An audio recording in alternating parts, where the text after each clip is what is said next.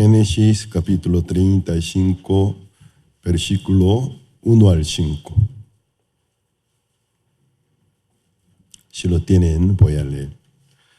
Dijo Dios a Jacob: levántate y sube a Betel, y quédate allí, y haz allí un altar al Dios que te apareció cuando huías de tu hermano Esau.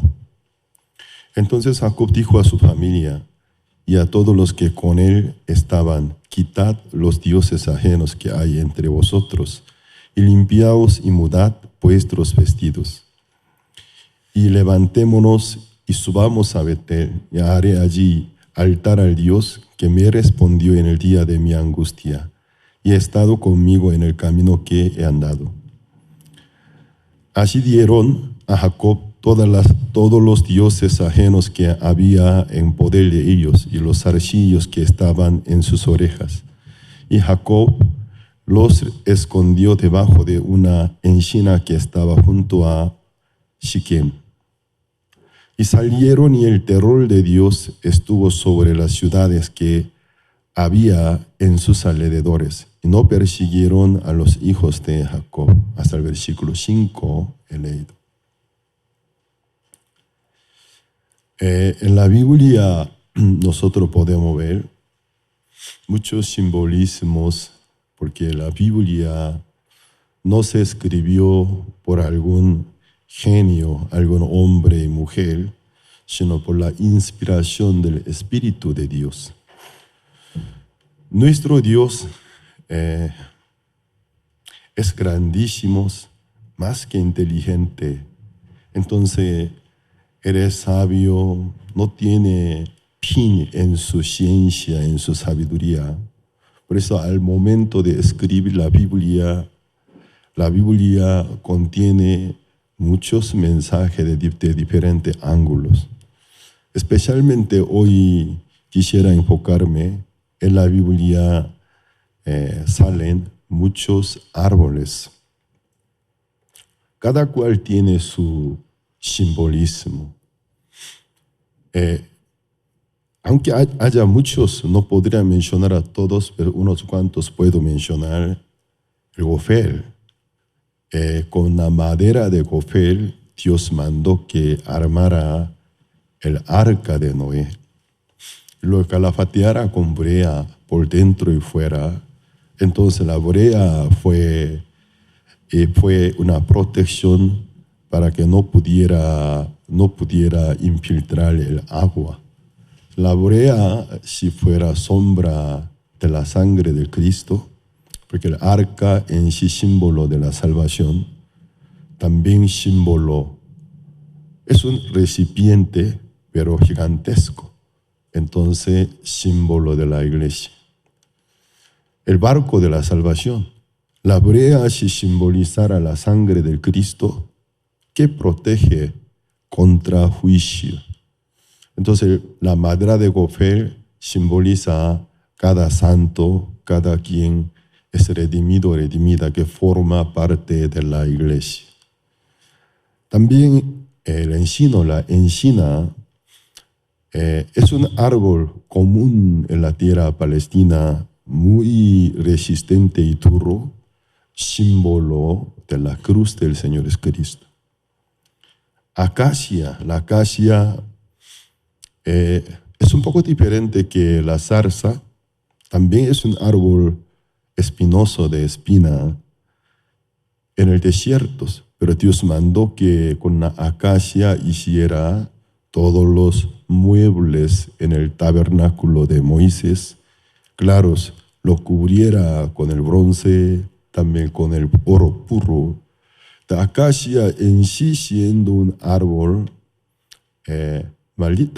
un árbol maldito, un árbol despreciable, pero con aquella madera Dios forma cada mobiliario, cada mueble del tabernáculo, los utensilios, y cubriéndolo con el oro. Entonces, acacia simboliza la encarnación del Cristo. Siendo tan hermoso y maravilloso, vino en condición nuestras. Y también el olivo el olivo, símbolo de la elección, también símbolo del Espíritu Santo. Que el cedro, el rey o la superioridad, porque el cedro es la mejor calidad de madera en la tierra palestina.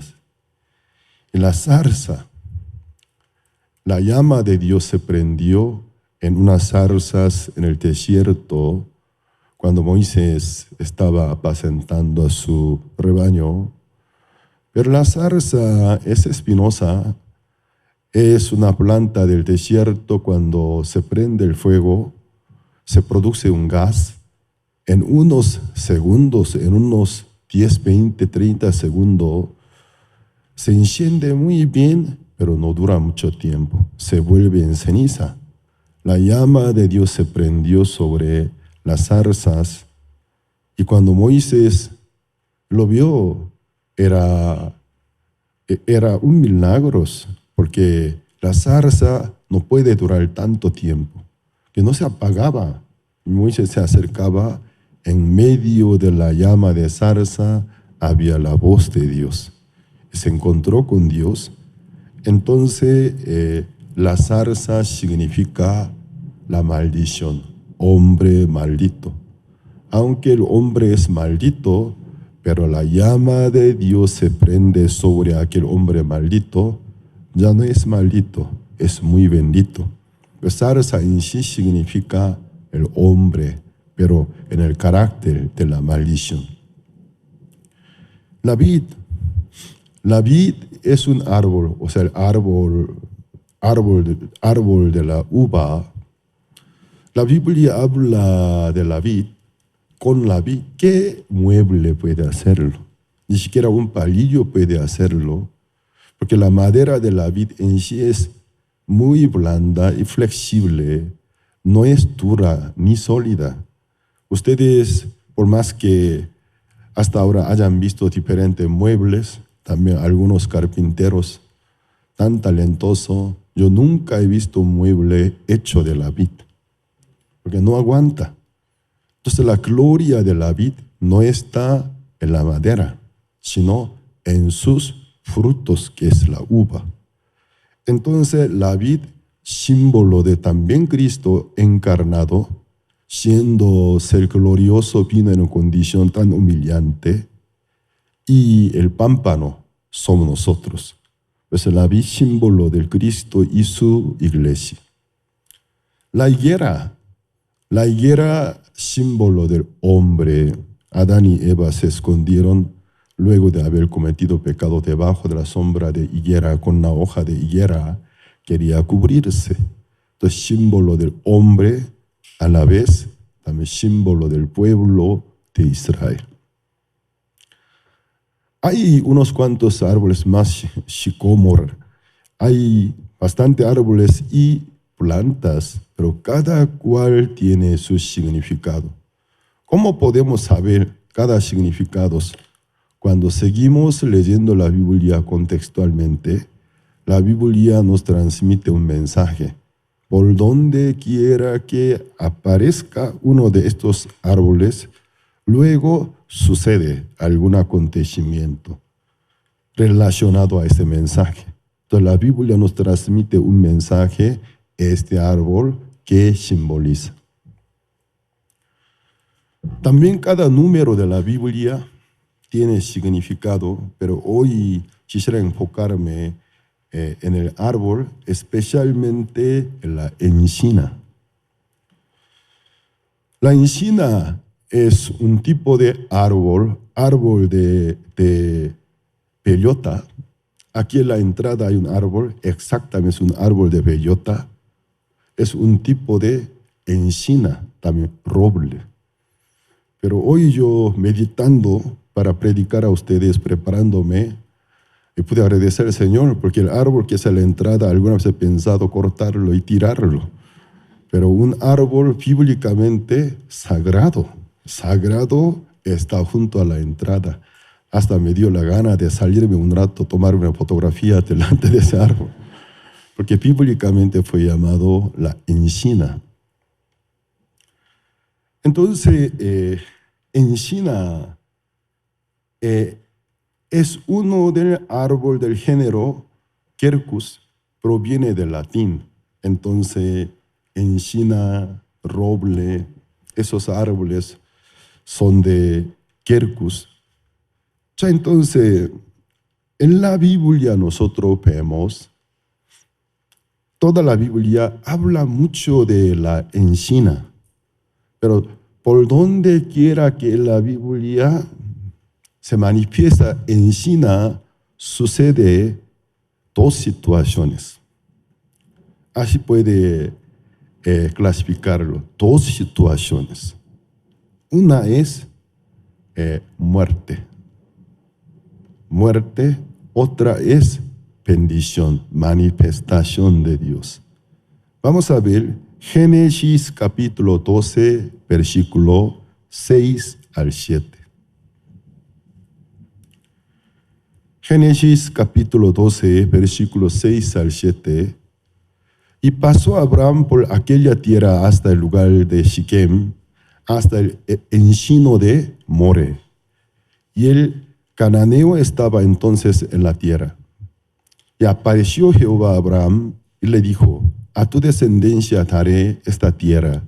Edificó allí un altar a Jehová, quien le había aparecido. Aquí Génesis capítulo 12, versículos 6 y 7, de la manera fuera de extraoficial, oficialmente, por primera vez Jehová aparece a Abraham. Cuando Abraham apenas llegó de Padán Aram, de una tierra del paganismo, una tierra secular, llegó a la tierra indicada por Dios. Cuando llegó a Siquem de Canaán, allí estaba un encino de More. Entonces la encina, allí aparece Jehová, bendiciéndolo, que él sería bendición.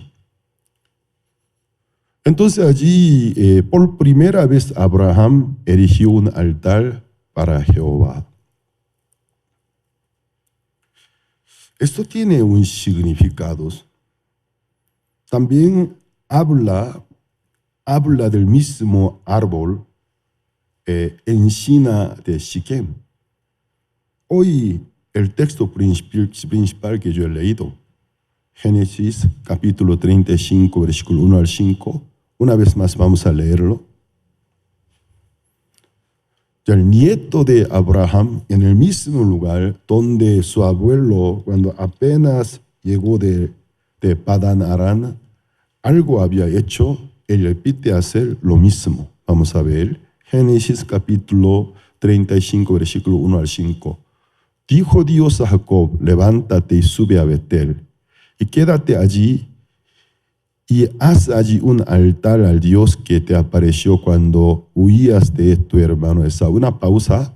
En capítulo 34, un capítulo anterior, explica que la familia de Jacob llegó a Siquem. Entonces, versículo 1 se dirige a Jacob, que se encuentra en Siquem. Dios le ordena: levántate y sube a Betel, quédate allí, haz allí un altar al Dios que te apareció cuando huías de tu hermano Esaú. Entonces Jacob dijo a su familia, a todos los que con él estaban: quitad los dioses ajenos que hay entre vosotros, y limpiaos, y mudad vuestros vestidos. Y levantémonos y subamos a Betel, y haré allí altar al Dios que me respondió en el día de mi angustia, y ha estado conmigo en el camino que he andado.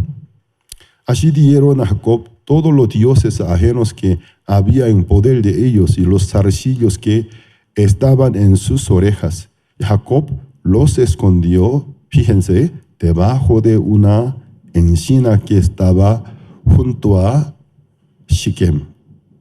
Y salieron, y el temor de Dios estuvo sobre las ciudades que había en sus alrededores, y no persiguieron a los hijos de Jacob. ¿Qué pasa?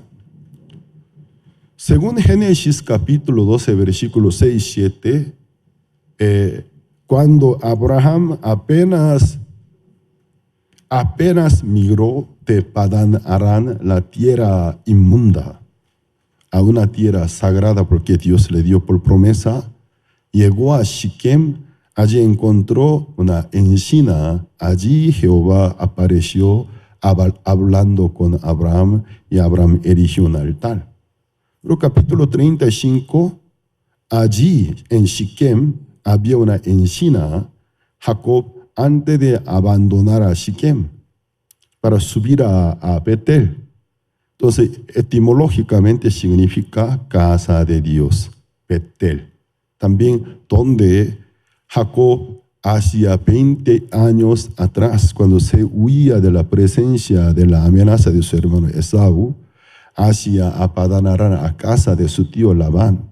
Él pasó por ahí y pasó por ahí. Entonces, ¿qué pasa? Él está ya de regreso. Regresando de ya pasaron 20 años, se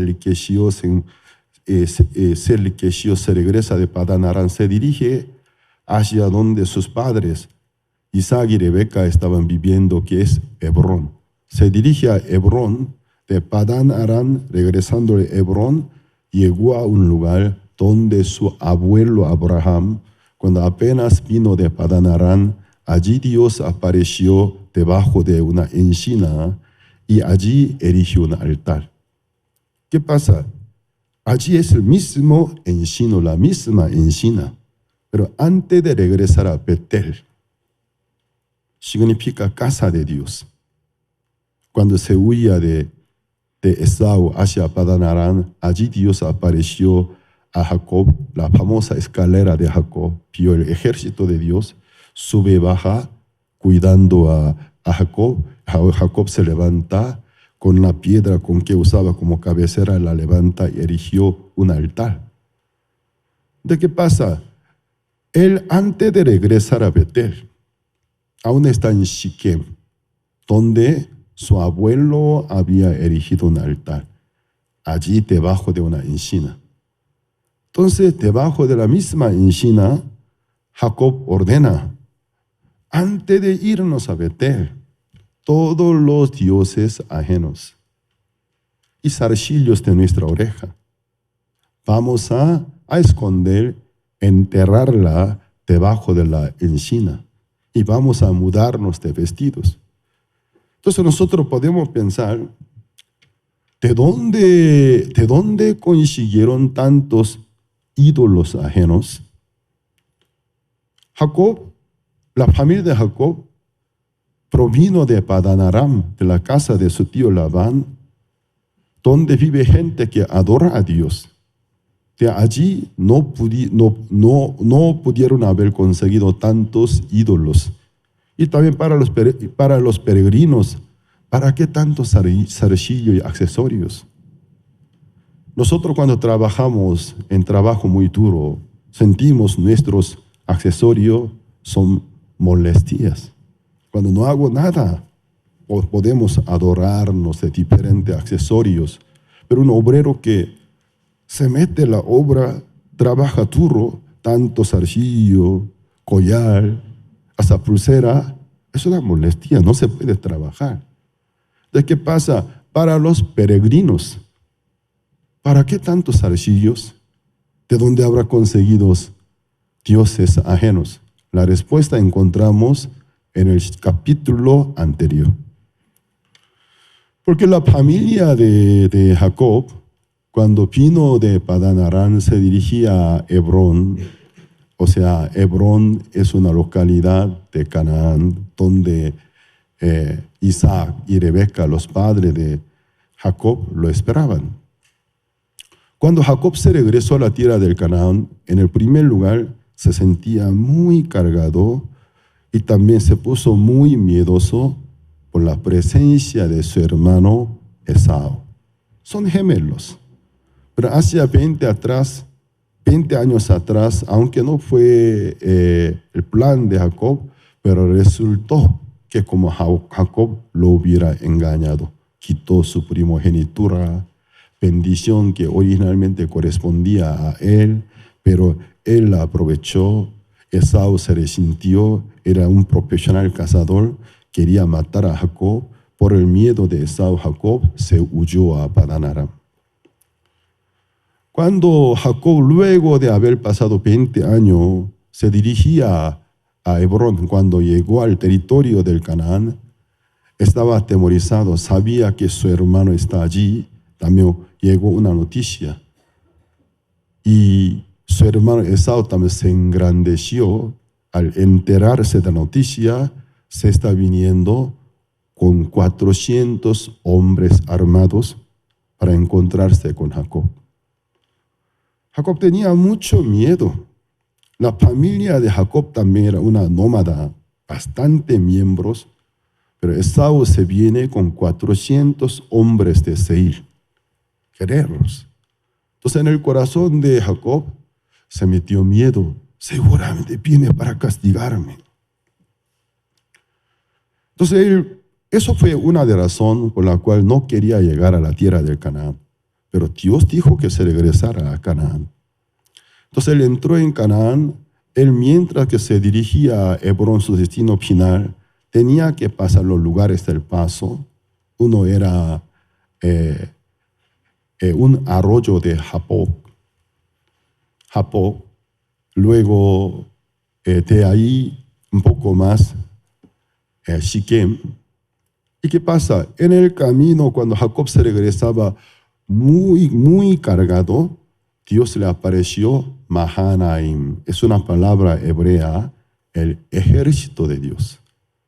Entonces él vio una visión en el camino, el ejército de Jehová, millares de ángeles acampados, estaba protegiendo a Jacob.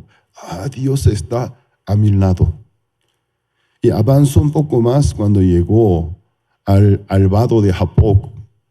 Entonces él tenía mucho miedo porque oyó la noticia de que Esaú está viniendo para allá con 400 hombres. Jacob dividió toda su familia, separó por 4 grupos. El primer grupo, entre 2 esposas y 2 concubinas, la concubina menos consentida. Ella y los hijos que nacieron de ella y sus ganados. Y separados, el segundo grupo, la otra concubina ama un poquito más que la del primer grupo. Un poco más separados, su esposa Lea. Un poco más separado, la esposa más consentida de Jacob, Raquel. Muy astuto, ¿no? Tenía mucho miedo. Por si acaso, qué pobrecita las mujeres. Entonces, el esposo hace diferencia. Entonces, ¿qué pasa? En el caso que Esaú si hiriera al primer grupo, él quería ganar un poco de tiempo para huirse. Por eso separó su familia por 4 grupos. Aunque él mandó 4 grupos separados delante de él, cruzaron por el río Jaboc, menos él. En aquella noche él no pudo avanzar, porque tenía mucho miedo en su corazón. Yo conozco a mi hermano Esaú, aunque somos gemelos, somos diferentes. Mi hermano es vigoroso, muy rudo, es un profesional cazador. Si se puede cazar a los animales, matar a la persona como si nada. Además, ahora viene con 400 hombres.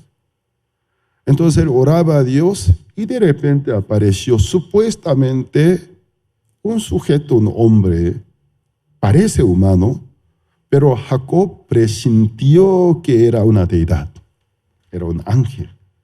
Toda la noche luchó con el ángel, pidiéndole: no te dejaré ir antes de bendecirme.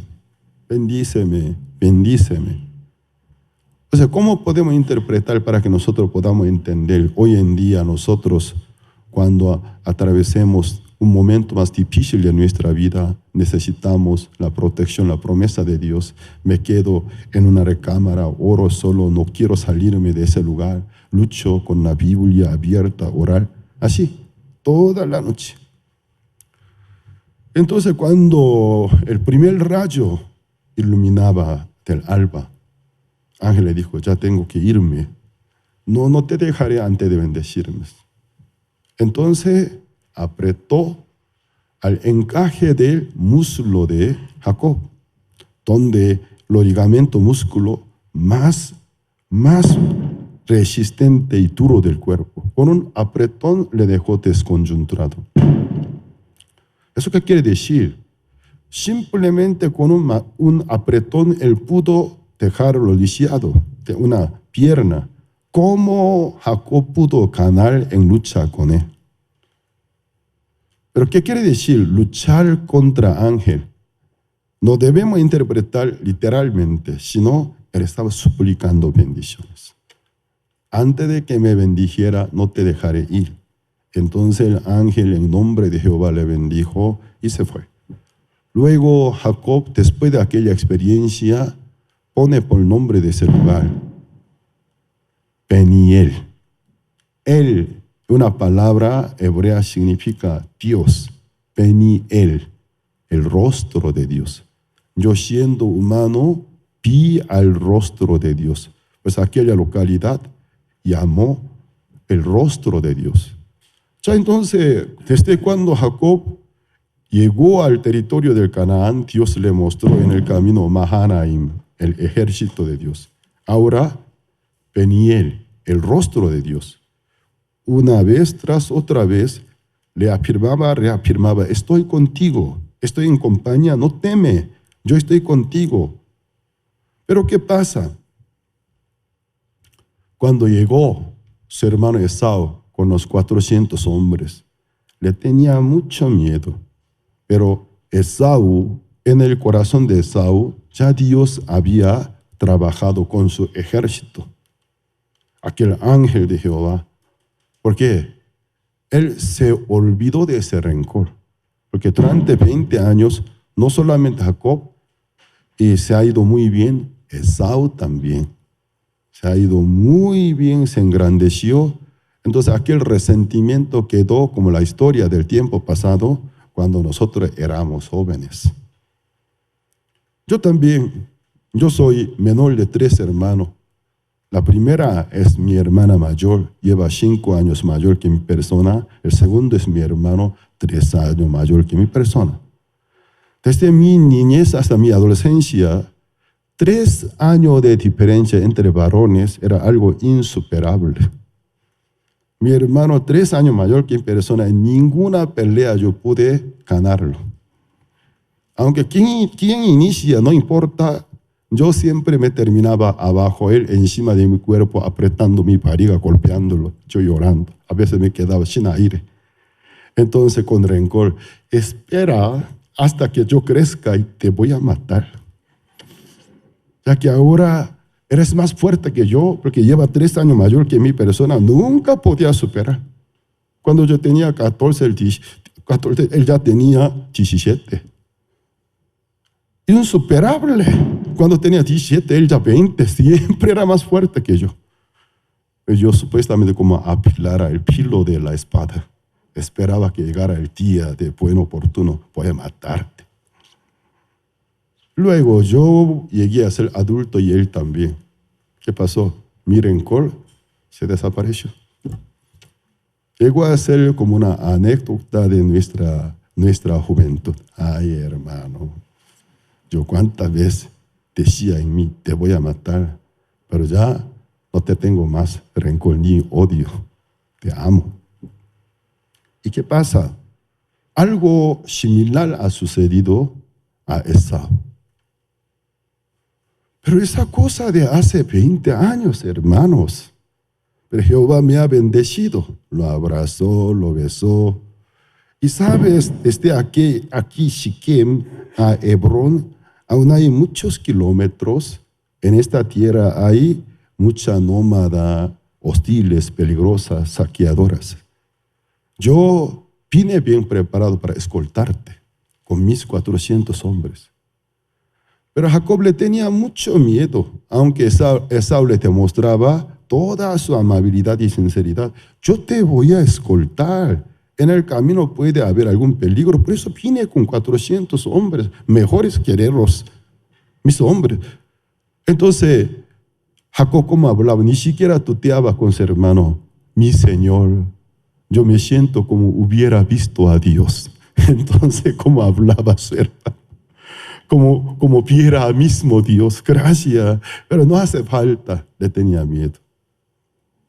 Esaú un poco se decepcionó, pero hermano, yo me vine de mi pueblo, de Seir, de lejos, vine bien preparado para escoltarte, déjame ayudar. Ay, no, gracias, usted está muy ocupado, puede ver su asunto. Bueno, entonces me voy, pero voy a dejar unos cuantos hombres míos como guardaespaldas. No, gracias, no, gracias. Tenía miedo. Y finalmente Esaú, sin poder ayudar nada a Jacob, se retira. Él dijo a Esaú, yo voy a seguir detrás de ti. Espera. Entonces, entre mi grupo hay mujeres, niños, por haber caminado tanto, están muy agotados, no puede alcanzar a tu paso. Primero tú vas a Hebrón, nosotros alcanzaremos. Así se despidió de él.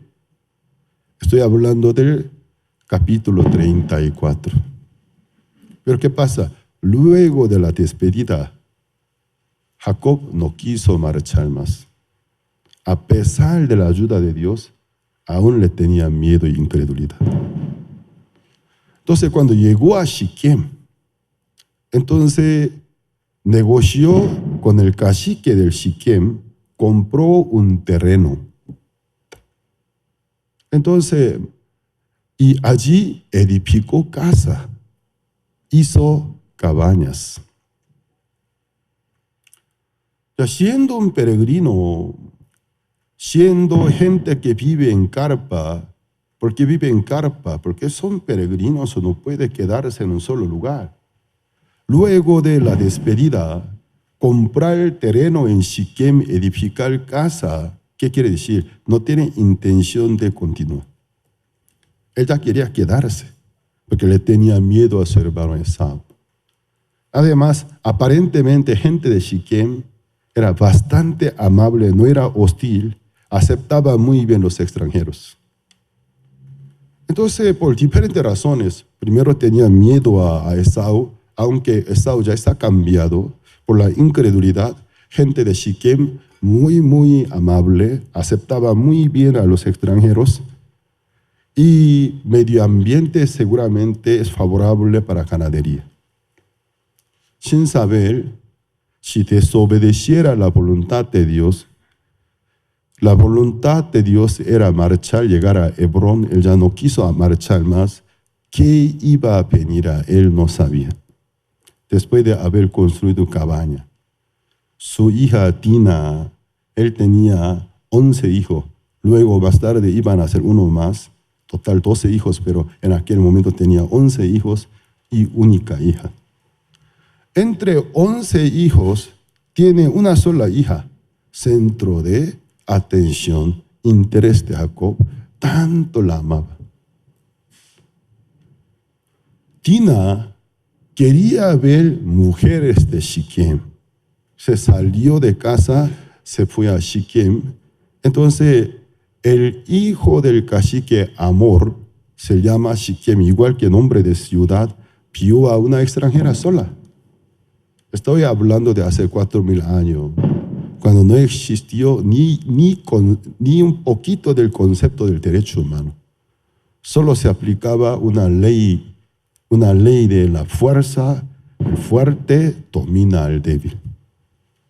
¿Y qué pasa? El príncipe Siquem, el hijo del Amor, el cacique, vio a aquella extranjera, le gustó, le forzó, la violó. Y luego contó a su papá, porque su corazón se apegó a Dina, pero de una forma equivocada. Pero su padre, Amor, de forma muy diplomática, con algunos representantes, se fueron a la morada de Jacob para disculparse. Pero mi hijo es un muchacho. Veo que él está muy enamorado de su hija. ¿Qué le parece? Vamos a emparentarnos. Nosotros les daremos nuestras hijas y ustedes sus hijas. Seamos un solo pueblo, seremos más fuertes. El lugar es muy espacioso. De parte del cacique Amor, él sí realmente fue muy diplomático, aunque su hijo cometió gran falta. Pero Jacob se angustió en gran manera. ¿Por qué razón? Emparentarse, o sea, ser una sola familia es tanto problema, pero tiene una razón, porque aquel linaje cuenta con una profecía. De este linaje algún día ha de venir el Mesías. No puede mezclarse de la sangre. Entonces, espiritualmente, ¿qué significa? Como un yugo desigual. Hijos de Dios con las hijas del mundo, como si se casaran. Y Jacob se angustió mucho, y también al pensar la desgracia que había sucedido a su hija Dina, frustración, enojo en su corazón. Él esperó que sus hijos se regresaran del campo. Cuando se regresaron, él los contó. Sus hijos se enfurecieron en gran manera, especialmente entre los cuales Leví y Simeón. Escondidamente se fueron a Siquem para negociar con el cacique Amor.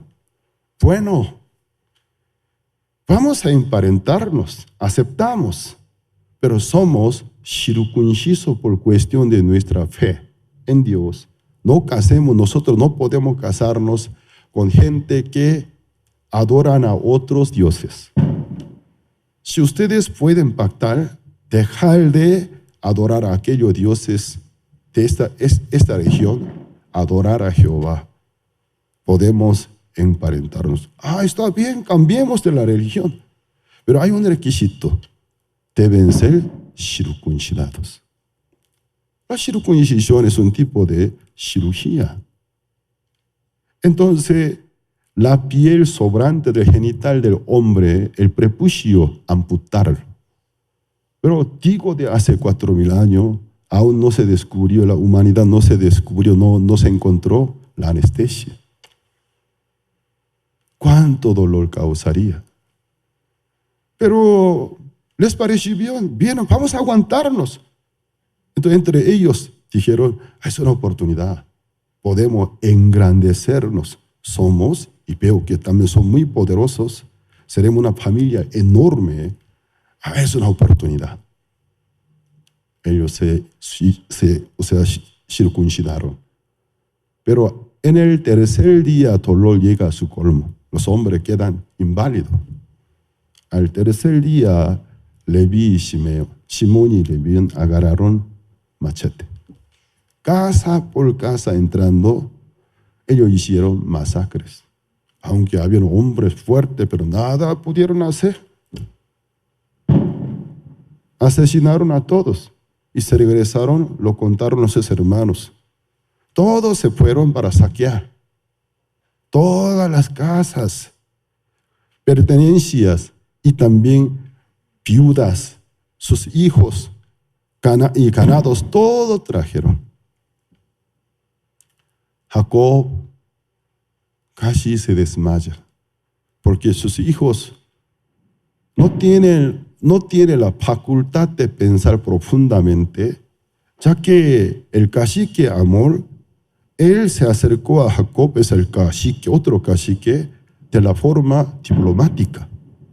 Pero ¿qué pasa? Esto resultó que Jacob, aunque no fue su voluntad, con engaño y mentira, hubiera masacrado a un pueblo. Él tenía mucho miedo porque alrededor había muchas ciudades aliadas. Es un peligro de extinción. Se van a unir, se van a venir contra nuestra familia, moriremos. Entonces fue un periodo más oscuro de toda la vida de Jacob. Entonces, ¿esto qué quiere enseñar a nosotros? Cuando nosotros buscamos nuestra zona de confort, sabiendo que tenemos que continuar, tenemos que marcharnos, pero al momento de pasar a algún lugar, estando en un lugar del paso, por algo, o tal vez me convenga o me guste por algo, yo me quedo aquí, ya yo no me avanzo más, Muy a menudo nosotros así nos comportamos. Luego viene la maldición. Cuando apenas falleció mi difunta esposa, me fui a Paraguay, donde yo inicié mi vida misionera. Los hermanos antiguos paraguayos me tienen mucho cariño y respeto al verme y se acercaron para consolarme. Una de ellas, pero pastor, dígame, ¿va a continuar usted, no? Claro que sí. Entonces, por haber perdido la esposa, decepcionarse y querer dejarlo, eso es lo que me preguntó. Pastor, lo siento mucho, pero ¿va a continuar, no? Claro que sí. Entonces, ¿qué situación, por más que en nuestra vida suceda, tenemos que continuar? Pero a veces nosotros queremos comportarnos como Jacob, teniendo la voluntad de Dios tan clara, pero al llegar a algún lugar, cuando no me conviene, me quejo todo el tiempo pasando quejándome. Pero cambiando de lugar, veo que para mí es favorable, encuentro algún interés. Ya no quiero marchar más. Yo en la iglesia he visto algunos hermanos, luego de casarse, antes de que encontrara una esposa, era buen hermano. Cuando se casa, totalmente se aparta de Dios. Entonces, me dejaba frío, me hacía dudar de él. Entonces, su celo, su fidelidad, lealtad que nos había demostrado por un interés, porque quería conquistar el corazón de una hermana. Ya alcanzó a su logro, lo obtuvo, ya no se interesa, se aleja del Señor. Llamaba mi atención, tan necio, tan tonto eres, sin saber en un futuro cercano qué te pasaría. Y verá tu esposa señorearse de ti y mandarte algún día de aflicción, el matrimonio llegar al borde del divorcio. Y alguna persona, luego de conseguir un buen empleo, mucho tiempo estaba desocupado, da testimonio, ay, gracias al Señor, por fin conseguí un trabajo que a mí no me corresponde, no corresponde a mi nivel. Y luego se corrompe. Entonces en nuestra vida podemos ver, nosotros somos peregrinos, siendo misioneros. Un día yo estaba en Argentina, un argentino me preguntó, ¿de dónde eres? Allí no usa palabra eres y sostis. ¿De dónde sostis? En vez de tú, vos. Tú eres, vos sostis. Pero cuando llama por teléfono el recibidor, ¿quién sos? Así pregunta. ¿Quién sos? Y vos, dice. Entonces me preguntó, ¿y de dónde sos? ¿Yo? ¿De dónde sos? Yo le entendí mal, le contesté, yo soy misionero. Porque su pregunta fue, ¿de dónde soy? Pero yo escuché que me está preguntando, ¿quién soy? ¿De dónde sos? Ah, soy misionero. ¡Ay, paisano mío! Así me dijo. ¿Pero por qué me dice que tú no eres mi paisano? Ah, tú eres mi paisano. Pero, ¿por qué me dices así? Yo soy de Misión, es nombre de una localidad de Argentina. Ay, amigo, entonces hay un malentendido. Sí soy misionero, pero no porque soy de Misión, sino soy misioneros de la iglesia evangélica. Ah, entonces eres misionero. También soy misionero, pero soy de Misión, tú eres de Misión del Cristo. Somos peregrinos, somos misioneros. Entre un misionero y turista hay una diferencia bien clara. El chofer del bus del turismo es un misionero, tiene misión. Él cuando maneja el bus, aunque pasa lugares de atracciones, de medio ambiente tan excelente, él no se interesa por el paisaje. Solamente ve los letreros, señalizaciones de la carretera, porque tiene una misión. Pero un turista sentado atrás, ¿Con qué actitud pasa? Todos los momentos distraído por la ventanilla de a su izquierda, derecha, queriendo ver, a veces se para, quiere tomar fotografías. Luego de llegar a una parada, si uno del turista preguntaría, señor chofer, ¿usted ha visto una catarata excelente, bonita? ¿Catarata? Yo no la vi. Esa catarata, ¿cómo que no vio? Vio una casota, y una casota hermosa, hermosa casa colonial. Yo no lo vi. Hay una diferencia. Entonces, la vista del turista puede ver muchas cosas, pero el misionero no. Porque el misionero está bien entendido, tiene una mirada fija hacia el destino final. Pero la Biblia nos llama, somos peregrinos, somos misioneros. Pero Jacob en Siquem se volvió como un turista. Cuando nosotros nos comportamos así, la Biblia nos enseña, luego viene un desastre. Jacob viéndolo de su hija, luego cómo sus hijos engañaron a gente de Siquem. No solamente engañaron, con el engaño masacraron a todos los hombres, sangre frías, y saquearon todo el pueblo, trajeron viudas, niños, niñas, y todos los bienes y ganados.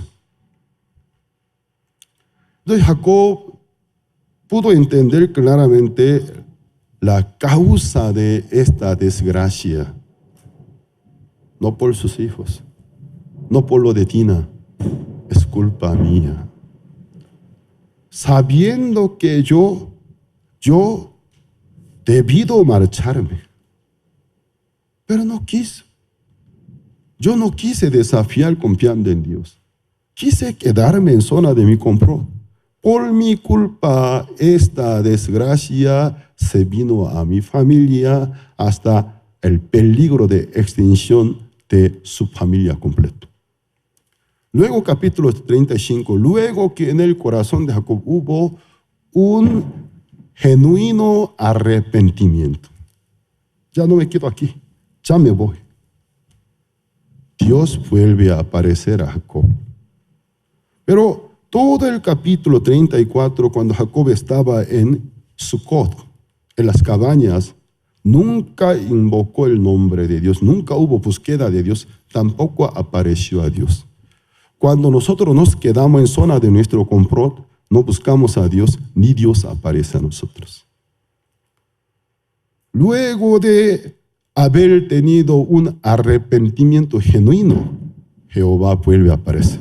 Porque pidió el arrepentimiento. ¿Sabes? Ya te das cuenta cuando te queda en tu zona de confort qué te sucede. Estoy harto, estoy arrepentido. Qué pobrecita mi hija por mi culpa. Ay, mis hijos inmaduros, pero no puedo echarle culpa. Es mi culpa, por mi culpa. Todos esos males han sucedido. Ya voy a irme, voy a marchar, ya no me importa, voy a marchar. Otra vez se activó el corazón del misionero. Entonces Jehová le apareció, pero ahí estaba una encina. Jacob no se acordaba, su abuelo Abraham, cuando apenas vino de Padán Aram, debajo de esa encina, Jehová apareció. Allí edificó un altar. Estando en el mismo lugar, pero podemos ver la diferencia de la temperatura del corazón. Donde Abraham buscó a Dios con todo su corazón, fue donde Jacob se corrompió. Pero ahora el corazón recuperado, Jehová aparece. Y dice, levántate. Levantarse de donde esta tierra, donde tú buscaste zona de confort con cobardía. Levántate, sube a Betel. Betel es el siguiente paso, un camino a Hebrón. O sea, marchar. Marcha, levántate, sube a Betel. Sí, Señor. De Jacob ya pudo levantarse. ¿Qué pasa? Cuando nosotros quedamos en algún lugar, cuando la presión, la carga que yo siento de la afuera, cuando es menos que la situación donde me encuentro, yo quisiera quedarme acá. Pero un lugar que según mi punto de vista, al principio fue excelente lugar, pero cuando se vuelve un infierno, la presión, la carga que yo siento en el lugar donde yo elegí, creí, excelente lugar, cuando sea mayor que la presión, la carga que viene de fuera, yo abandono este lugar. Eso es lo que Dios enseña a nosotros cuando nosotros, como una frase durante la gira del musical Scrooge que nosotros en la temporada navideña presentamos a nuestros jóvenes, una palabra de él que es Scrooge, el avaro. Llegó el momento de mover esta vieja trasera, dijo. Entonces a Jacob también sucedió, ya llegó el momento de levantar su pesada, vieja trasera. Ya me voy, este lugar para mí ya no es favorable, este lugar no está hermoso para mí, yo odio este lugar, color verde de ese lugar, ay, medio ambiente, ya odio, yo ya ni siquiera un segundo quiero estar acá. El corazón arrepentido. Buscó a Dios, Dios aparece. Levántate, sube a Betel. Sí, Señor.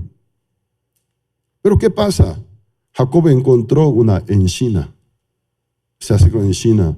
Entre vosotros, todos los que tenéis dioses ajenos, ¿de dónde habrá conseguido? De Shiquem, de saqueo.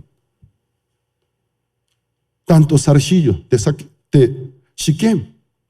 Para un viajero, ¿para qué tantos accesorios? Yo si fuera por mí, ni mi reloj usaría, tampoco mi anillo del matrimonio. A veces digo a mi esposa, ya a mí no me gusta en el cuerpo colocar algo. Si tú me permites, ya voy a dejar mi anillo, pero en un lugar bien seguro. No voy a andar con anillo. No. Entonces, no me gusta, de verdad. Es algo que aprieta en mi cuerpo, colgar sobre mi cuerpo. Yo no me gusta. Fuera por mí, ni siquiera pondría mis vestidos. Entonces, yo amo estilo de vestimenta de gente de Fiji y Samoa, solo una falda. Entonces, yo digo, yo quisiera ser misionero de allá. El día domingo, en vez de, esta cuerda y ahorca, ¿quién ha inventado? Odio la persona que inventó la corbata. ¿Cómo pensó en colocar el cuello de hombre una horca? Odio esa persona. Seguramente debería ser una mujer. Entonces, una horca, pero pone forma muy elegante, pero cuando hace calor, quiere sacar. ¿Quién mujer? Seguramente será una francesa que estaba cómoda, tenía todo, no le faltaba nada, por eso en el cuello de su esposo colocó estas cositas. Fuera por mí, yo no me pondría del saco ni camisa, una playera delgadita, ni siquiera pantalones, sino una falda tipo de Samoa y Fiji. Bien fresco. Ni siquiera zapatos, sino con una sandalia parado. Domingo, libre, sintiéndome libre, quisiera predicar. Pero lamentablemente a mí no me tocó aquellas islas. Pero tengo que estar así. Para un misionero, para un peregrino, ¿para qué tantas ollas, accesorios? Sirven a un solo Dios, el único Dios. ¿Para qué dioses ajenos? Tráemelo todo, trae todos. Ellos trajeron. Y mudad vuestros vestidos, porque se vistieron de estilo de gente de Shiquem. Otra vez vestido de viajero, ligero. No más con ese lujo de tantas decoraciones. Mudad vuestros vestidos. Sacadlos. Todos los ídolos ajenos y zarcillo. Y trajeron, enterraron debajo de la encina. Luego marcharon. Luego salió el temor de Jehová a todas las aldeas que rodeaban, para que nadie pensara en perseguirlo. Dios otra vez empezó a escoltar al pueblo de familia de Jacob, cuando se unió con la voluntad de Dios. También en este lugar, José, el gobernador de Egipto, al momento de morirse deja su testamento: yo me muero aquí, Gosén, pero seguramente llegará el día que Dios os visitará. Cuando Jehová os visite, lléveme mis huesos y enterrarlo a Siquem, debajo de encinar. Josué capítulo 24, versículo 32.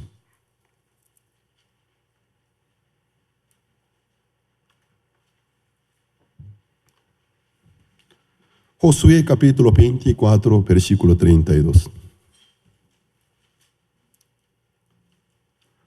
Y enterraron en Siquem. Ya pasaron 430 años del capítulo 35 de hoy.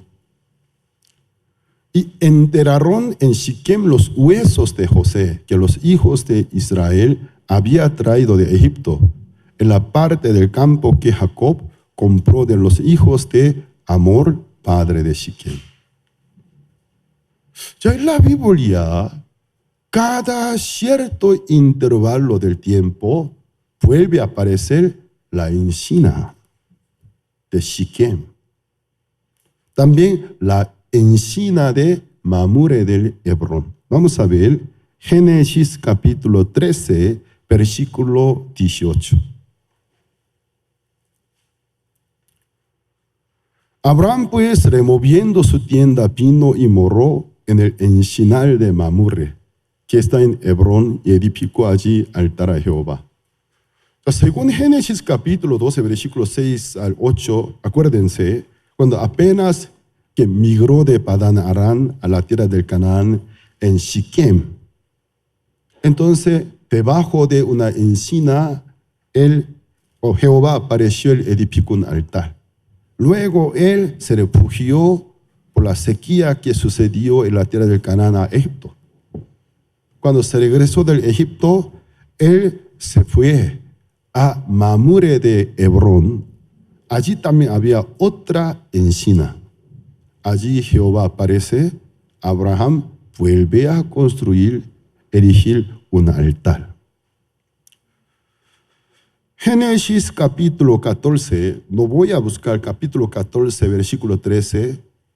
Abraham ya consideró Mamre de Hebrón su morada en Canaán. Él vivía allí, ya no se viaja más, ahí ya quedó. Donde a él le llegó noticia de que el rey Kedorlaomer, un gran rey poderoso, con los países aliados, atacaron ciudad Sodoma y Gomorra y algunos países más. La familia del sobrino de Abraham Lot, que vivía en Sodoma, y fueron llevados como cautivos. Abraham se levanta con sus aliados, inicia guerra al ejército de múltiples naciones, 5 países unidos, pero él, con la ayuda de Dios, derrota aquella alianza, libera la familia de su sobrino. Él vivía junto a la encina de Mamure de Hebrón. Capítulo 15, ahí fue donde Jehová vuelve a aparecer.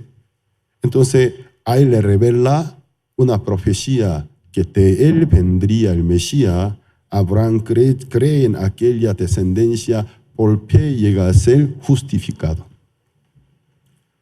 Capítulo 17, allí en el mismo lugar, debajo de la encina de Mamre de Hebrón, Jehová ordena que se circuncidara Abraham y toda la familia.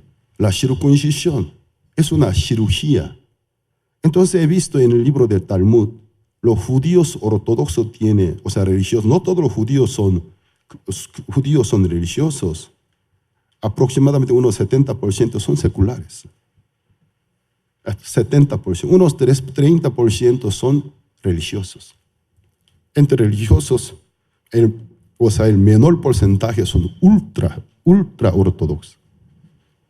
Entonces los judíos ultra ortodoxos conserva el prepucio al 8º día del nacimiento, luego de amputarlo en una caja en sal, ensalarlo, para que no se descomponga. En el día que llega para desposarse, casarse, tiene que presentar como un presente, una demostración, soy circunciso. Entonces, amputar el prepucio, ¿qué significa? El prepucio es simplemente una cirugía. Entonces, el hombre, lo siento en el culto, pero debo mencionarlos. La parte de genital del hombre, comúnmente, cuando no está en el acto de la intimidad, se mantiene la piel sobra un poco, mantiene cubierta. Pero cuando está en el acto de reproducción de hijos, ¿qué pasa? Entonces se retira. Pero Dios ordenó que amputara la piel que sobra. Es un tipo de separación. Pero ¿esto qué enseñanza tiene? Y Dios dijo por medio de los profetas, oh incircuncisos del corazón. Solo son circuncisos de vuestra carne. Pero la circuncisión no se hace en la carne, en la piel de la carne, sino en el corazón. Entonces, amputar el sobrante, ¿qué quiere decir? El sobrante significa mi viejo hombre, mi vieja costumbre, antes de conocer a Dios. Ya no te conviene, no tiene ningún sentido. Es algo que sobra. Todo lo que sobra nos trae corrupción. Entonces, ampútalo, tíralo. Entonces, ¿qué pasa?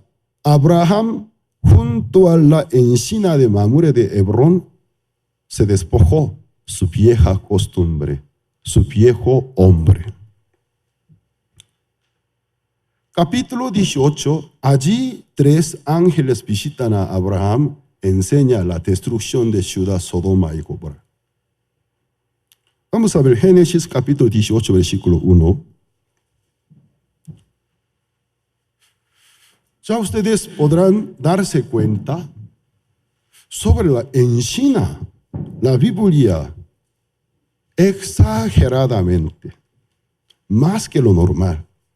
Muchas veces menciona de la encina, pero junto a la encina sucede 2 situaciones.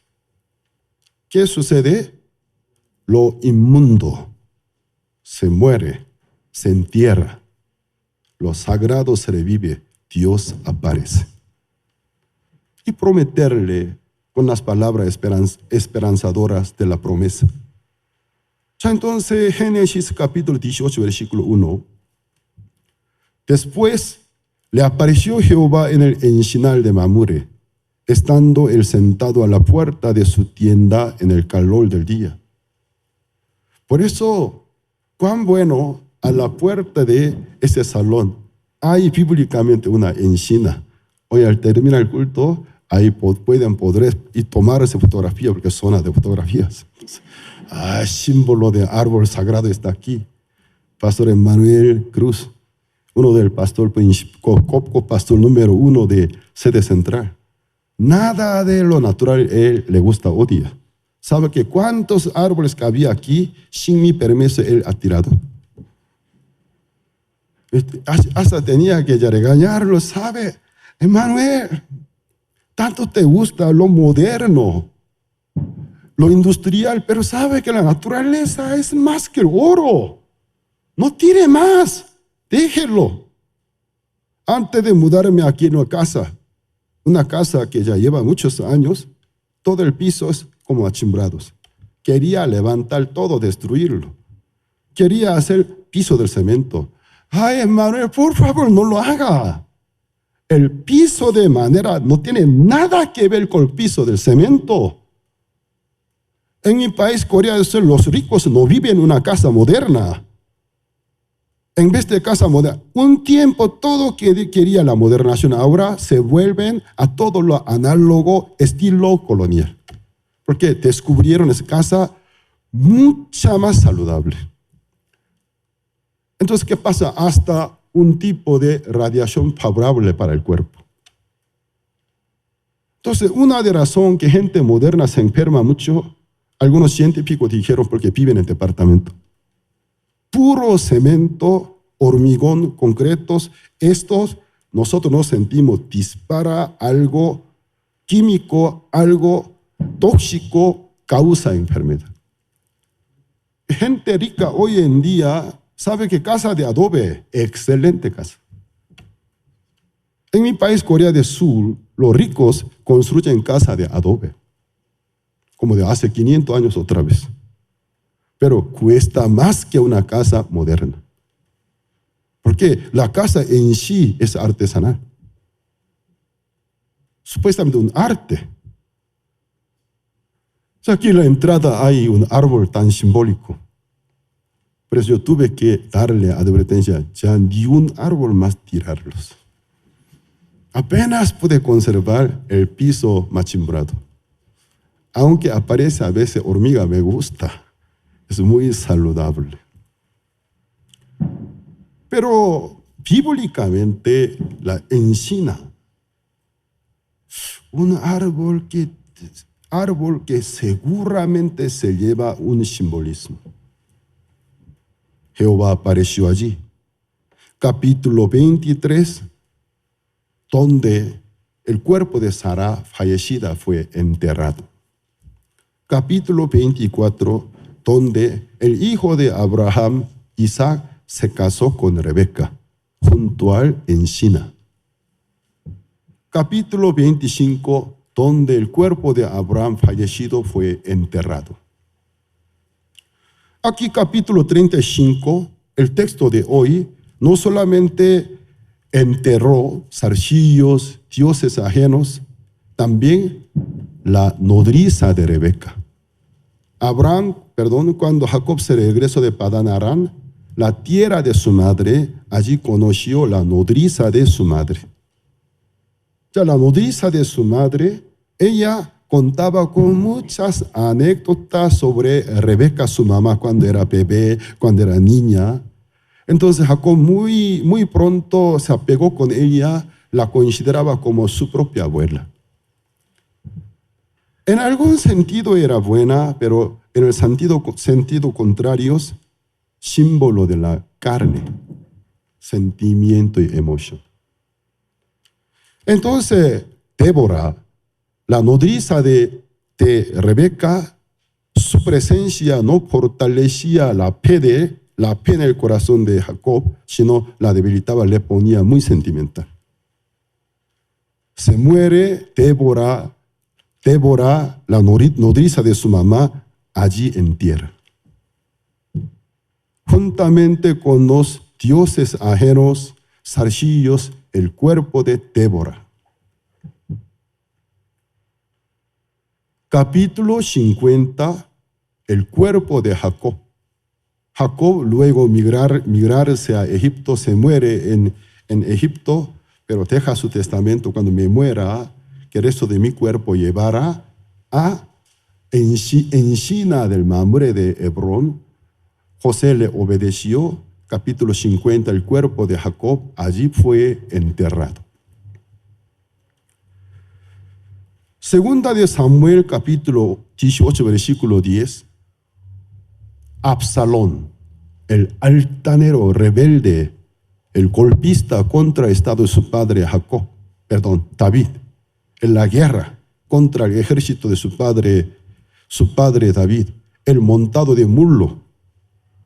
Él estaba corriendo, pero era muy jactancioso y orgulloso. Su gloria era su cabello. Su cabello era más pesado que cabello de mujeres. Él no quería cortarlo porque tenía muy hermoso cabello. Esa gracia a mí no me tocó. Cada día se está cayendo mis cabellos. ¿De qué pasa? En una guerra los guerreros, porque usan casco para proteger a la cabeza, y también si no tuviera el casco, amara el cabello, porque la pelea no le favorece, porque el enemigo puede agarrar su cabello cuando la jala, queda inútil, puede matarlo. Pero ¿qué pasa? Era muy altanero por su cabello, no lo ató, ni siquiera usó un casco. Cuando se escapaba montado del mulo, al pasar debajo de una encina, se enredó su cabello con las ramas, quedó suspendido. Donde el golpista, el rebelde Absalón fue asesinado. También libro de Jueces capítulo 6 versículos 11 y 12. Una encina al lado, un hombre llamado Gedeón estaba escondido. El ángel de Dios aparece, llega a ser juez de Israel. Entonces en la Biblia no hay casualidad. Por donde quiera que aparezca encina, la Biblia nos cuenta una historia de dos caracteres. Muere algo, pero inmundo. O un santo ya ser enterrado. O aparecer Jehová para prometer, darle palabras esperanzadoras.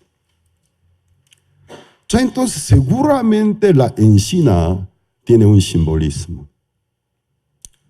Hay muchas hipótesis con qué madera haya hecho la cruz del Señor Jesucristo. Pero no ha quedado ninguna información definitiva, ni siquiera de mano escrita.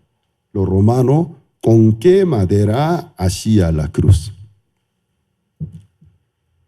Claro, depende de cada región, depende de dónde ellos gobiernan. Seguramente buscaban árboles que comúnmente pueden encontrar, pero árboles bastante resistentes y duraderos para aguantar el peso de un hombre.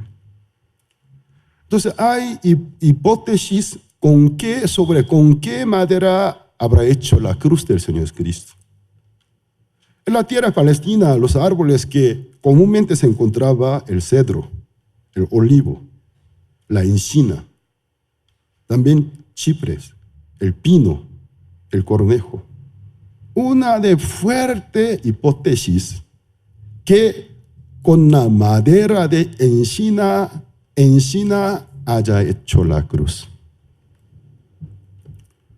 Ya que en la Biblia no está bien escrita definitivamente, pero desde el púlpito yo no puedo decir con una palabra certera, no puedo decir, ¿con qué madera habrá hecho la cruz de Cristo? Fue encina, yo no podría decir, pero tiene alta probabilidad. Entonces esta encina, símbolo de la cruz del Cristo. ¿Por qué? Hasta ahora yo he contado a ustedes una historia bastante amplia. Por donde quiera que lo inmundo, la astucia, se enterraba. Donde sucedía la circuncisión, se despojaba del viejo hombre, vieja costumbre. Siempre contaba con un árbol de encina. Allí es donde Jehová gozosamente aparecía. Entonces, esta encina, símbolo de la cruz del Cristo. Entonces, la cruz, ¿qué mensaje tiene para nosotros? La cruz, ¿qué mensaje tiene para nosotros? La cruz es donde terminó el pecado. Amén. La cruz es donde terminó nuestro viejo hombre, bíblicamente lo que se llama carne, maldita carne. Recibió justo juicio, desechada. Mi carne, mi hombre, donde recibió maldición y se acabó.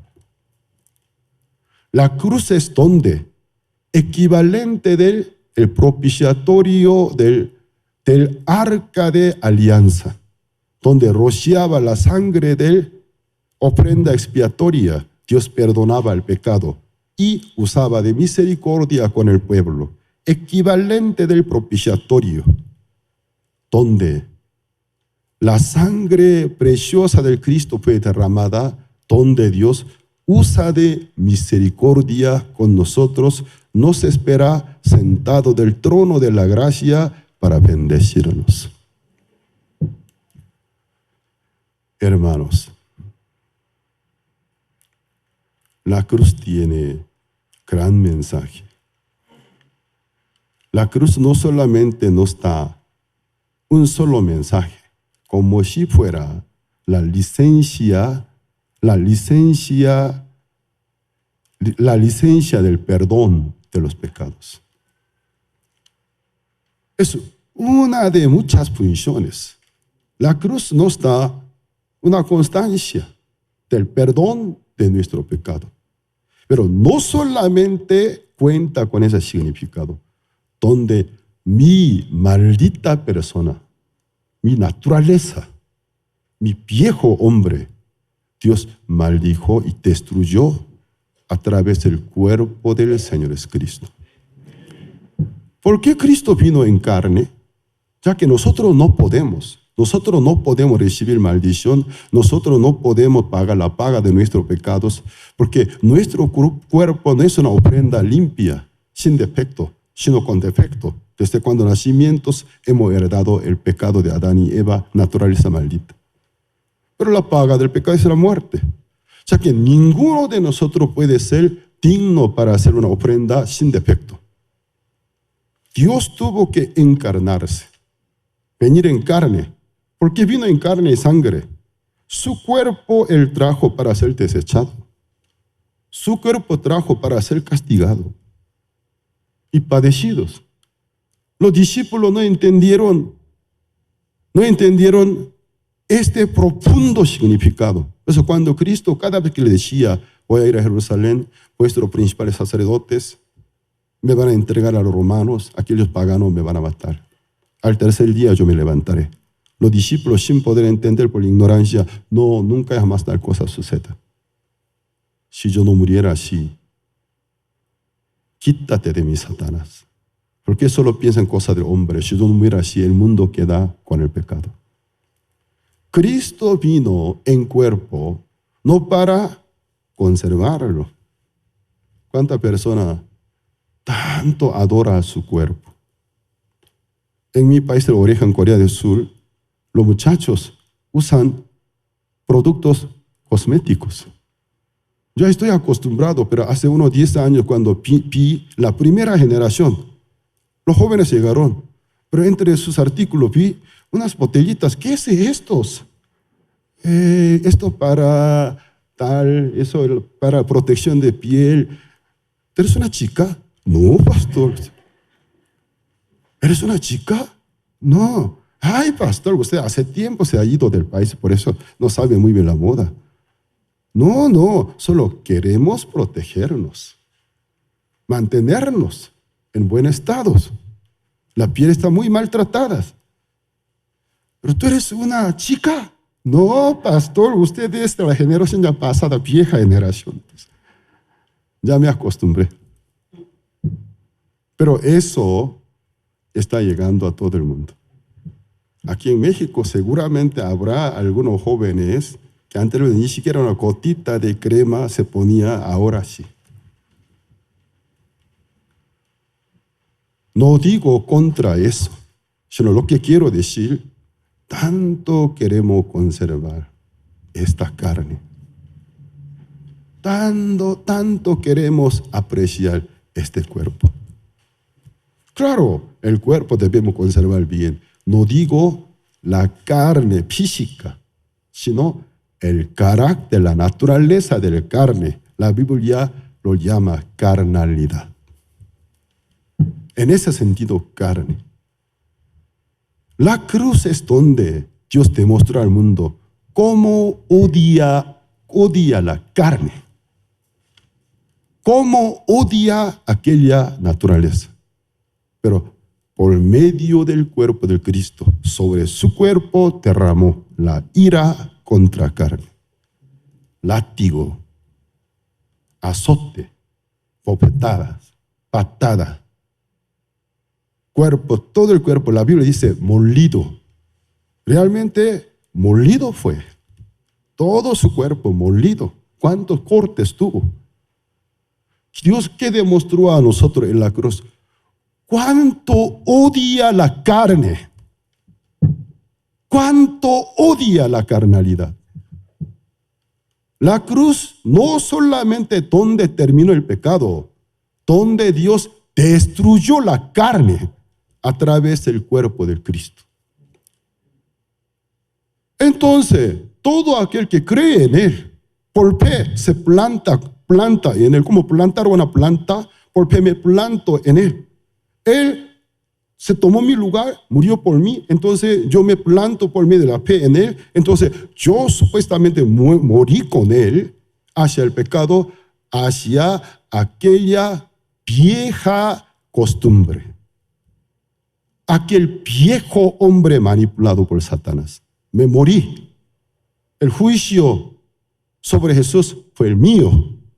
Cuando Dios lo levantó, yo plantado en Él por fe, fui levantado para buena obra, para la santa voluntad de Dios. La cruz no es simplemente donde terminó tu pecado, donde Dios exhibió y te mostró cuánto odia la carne. Una vida dirigida, dejada por la carne, cuánto odia. También la cruz es donde Dios usa de misericordia si avanzamos con fe en Jesucristo. Hermanos, por si acaso alguno de ustedes ahora espiritualmente no está en un tramo de Shikem, Sukkot, estando en el lugar del paso, no hayan edificado casa, no hayan hecho cabañas, arrepiéntanse. Luego de un corto tiempo de falsa paz, vendrá adversidad. La peor época de toda mi vida. Momento más oscuro. Momento más angustioso. Está por venir si se queda en una zona de confort, sabiendo la voluntad de Dios es continuar marchando. No se queden. Por eso, hermanos, hoy he compartido sobre el tema la encina es el símbolo de la cruz del Cristo. La cruz nos ha traído el perdón de los pecados. La cruz nos ha declarado el fin de nuestra carne. La cruz nos enseña, Dios nos espera, sentado del trono de la gracia para bendecirnos. Quiere que en esta vida nueva, con fe, marchemos sin pararnos. Hoy hasta aquí compartimos.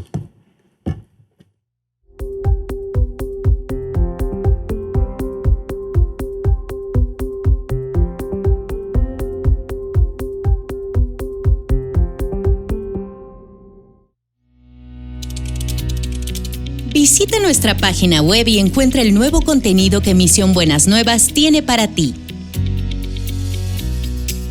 Desde las noticias internacionales sobre cómo se está compartiendo el Evangelio a todo el mundo hasta el contenido multimedia como los testimonios de vida y las academias de crecimiento espiritual. Y si te gusta leer, descubre el canal de lectura en donde encontrarás las predicaciones del pastor Oxopark.